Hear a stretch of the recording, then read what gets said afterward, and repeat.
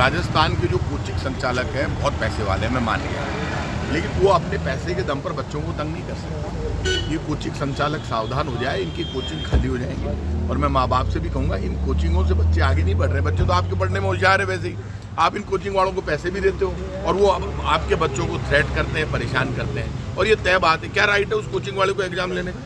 कौन है ये कोचिंग वाले? हर दूसरे तीसरे दिन एग्जाम लेते हैं, उससे बदतमीजी करते हैं। क्लास में मैंने पता कर लिया, उसको डिमोरलाइज करते हैं। तो बच्चा क्या करता है कि बच्चा बहुत कोमल होता है।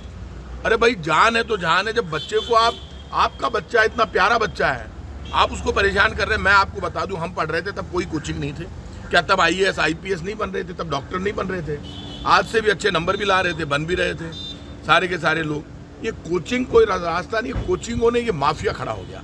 और जो कोचिंगों का जो माफिया खड़ा हुआ है, सरकार को सख्त एक्शन लेना पड़ेगा। मुख्यमंत्री ने SP को पावर दी, तो SP कलेक्टर इन कोचिंगों में और इनके ज़्यादा जो मालिक है उनके प्रभाव में नहीं आए। जो चीफ मिनिस्टर ने कहा है वो एक्शन लेकर दिखाएं। यदि वो नहीं लेंगे तो जनता एक्शन लेगी। तो ऐसे कोचिंग रेगुलर हो रहा है। एक कोचिंग वाले के मुंह से मैंने ये नहीं सुना कि जिसने आगे बढ़कर ये कहा कि मेरी आज आत्मा रो रही है। वो सिर्फ पैसे इकट्ठे करने में लगे। अरे मरोगे क्या ज़्यादा ले लेके? भगवान छोड़ेगा नहीं। ये नीति बदलो। और ऊपर आप कोचिंग है, वहाँ से बच्चा कूद रहा है, उसको क्यों नहीं करते? झाड़ ऊपर लगाते। अब ऐसे कोचिंगों पर मैं सारे SP कलेक्टर से कहूँगा, सरकार की तरफ से ये आदेश है, आप मजिस्ट्रेट जाके खुद चेक करो।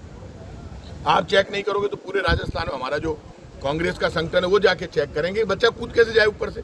आप बड़े बड़े झाड़ लगा दो तो बच्चा कूदेगा कैसे? 2 मिनट के लिए गुस्सा आता है। कोचिंग वाले 1 रुपया खर्च नहीं करते कि बच्चों की सेफ्टी के लिए। आपने तो गैर कानूनी तो सारे कोचिंग बना लिए। इसलिए कोचिंग वालों का इलाज करेंगे। ये कोचिंग वालों को CM ने समझाया, तो मुख्यमंत्री के समझाने से नहीं समझ रहे तो कानून के डंडे से समझाए। राजस्थान एकमात्र स्टेट ऐसा है जहाँ पर एंटी करप्शन डिपार्टमेंट ने सबसे ज्यादा कार्रवाई की है, जहाँ सबसे ज्यादा भ्रष्टाचार के मामले पकड़े गए हैं, जहाँ पे पेपर लीक के मामले में उम्र कैद की सजा का प्रावधान किया गया है, जहाँ की कानून व्यवस्था MP UP हरियाणा से 100 गुना अच्छी है।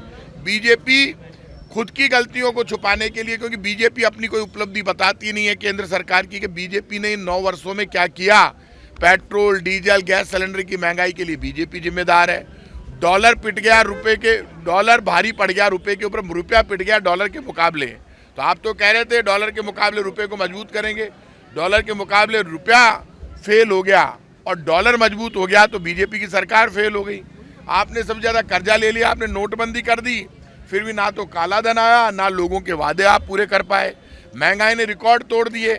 टमाटर, लाल टमाटर इतना महंगा हुआ कि लोगों के चेहरे लाल हो गए, सब्जी खरीद नहीं सकता। आटे और आपने पराठे पर टैक्स लगा दिया। जब आप आटे और पराठे पर जो बीजेपी की सरकार टैक्स लगा सकती है, देश का भला नहीं कर सकती। आज स्क्रीनिंग कमेटी में यही बात हुई है कि इनके इश्यूज जितने भी हैं, जो झूठ बोल रही है बीजेपी, जो झूठ फरेब और धोखे की राजनीति कर रही है, उस पर कैसा एक्शन प्लान होना चाहिए और हमारे कैंडिडेट उसमें क्या क्राइटेरिया होना चाहिए, सब पर अभी डिस्कस चल रहा है। अभी फर्स्ट मीटिंग इनके साथ हुई है, तो किस क्राइटेरिया से राजस्थान जीता जा सकता है। इस वक्त 156 का टारगेट हमारी कांग्रेस की सरकार का है, उस पर हम काम कर रहे हैं। समर्थन हमारे साथ है जनता का। सारे इश्यूज पर बात हो रही है। गांव गरीब खेत खलियान के लिए हमने काम किया है, उस काम को लेकर हम जा रहे हैं। आपको पता है अभी तक तो हमारे प्रदेश इलेक्शन कमेटी के मेंबर्स जिलों में जा रहे हैं। मुझे खुद को कल दौसा, करौली, धौलपुर, भरतपुर जाना है, वहाँ सबकी सुननी है। वो सारी रिपोर्टें आ जाएगी, उसके बाद स्क्रीनिंग प्रदेश इलेक्शन कमेटी बैठेगी, उसके बाद फिर स्क्रीनिंग कमेटी बैठेगी।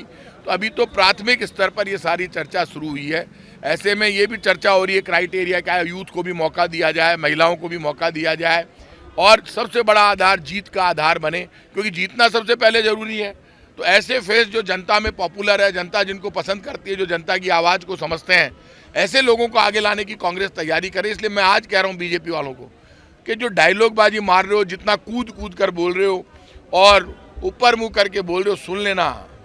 कहते हैं ना कि जब नाश मनुष्य पर छाता है पहले विवेक मर जाता है। बीजेपी वालों का विवेक मर गया, इसलिए वो अपना काम नहीं बता रहे, सिर्फ कांग्रेस के ऊपर बोल रहे हैं। जितना कांग्रेस के ऊपर बीजेपी बोलेगी उतना कांग्रेस को फायदा होगा, क्योंकि बीजेपी वालों के लिए चर्चा है राजस्थान में कि बीजेपी सिर्फ कांग्रेस ही कांग्रेस के ऊपर बोलती है, राहुल गांधी पर बोलती है, मुख्यमंत्री पर बोलती है, लेकिन खुद के ऊपर नहीं बोलती कि उन्होंने क्या किया। ये देखिए डेमोक्रेसी है, कहीं अगर एक सीट का कहीं मान लो कोई लेना देना इस तरह की बात हो गई है ऐसा कुछ भी नहीं है। आप भी जानते हो कि कई बार भारतीय जनता पार्टी वाले भेज देते हैं, तो कई तरह के खेल होते हैं।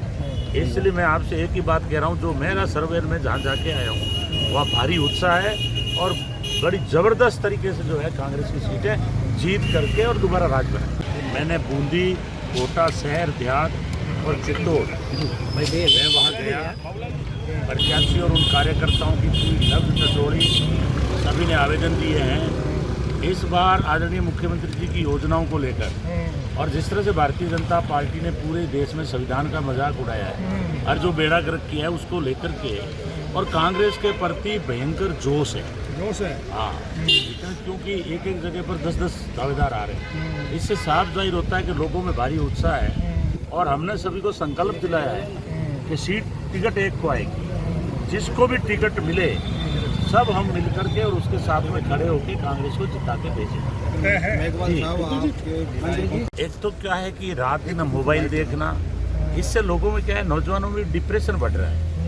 पहले क्या है कि आदमी परिवार के बीच में बैठता था, बात करता था, रास्ता बताता था आगे का, थोड़ा आध्यात्मिक भी था। आजकल क्या है, लोग बच्चे भी डिप्रेशन में आ रहे हैं। इसलिए मैं अपील करूंगा कि एक तो गंदी संगत छोड़ें, गंदे लोगों का साथ सोसाइटी छोड़ें। ये ज़्यादातर जो है ना गंदी संगत के साथ बैठेंगे तो फिर इस तरह की भावनाएं पैदा होती है। मैं चाहता हूँ कि आप लोग अच्छी सोसाइटी में रहें, अच्छा सोच रखें, पॉजिटिव सोच रखें, क्योंकि आप जानते हो कि हमारा देश 140 करोड़ का है। यहाँ गरीबी भी है, अमीरी भी है, मध्यम वर्ग के लोग भी हैं। तो ये सोसाइटी के पीछे बहुत सारे रीजन काम करते हैं। कई बार डिप्रेशन में आदमी आ जाता है। हम तो यही अपील करेंगे स्टूडेंटों को कि आप अपनी पढ़ाई करें ताकि आप लोग आने वाले इस देश का आप भविष्य हो।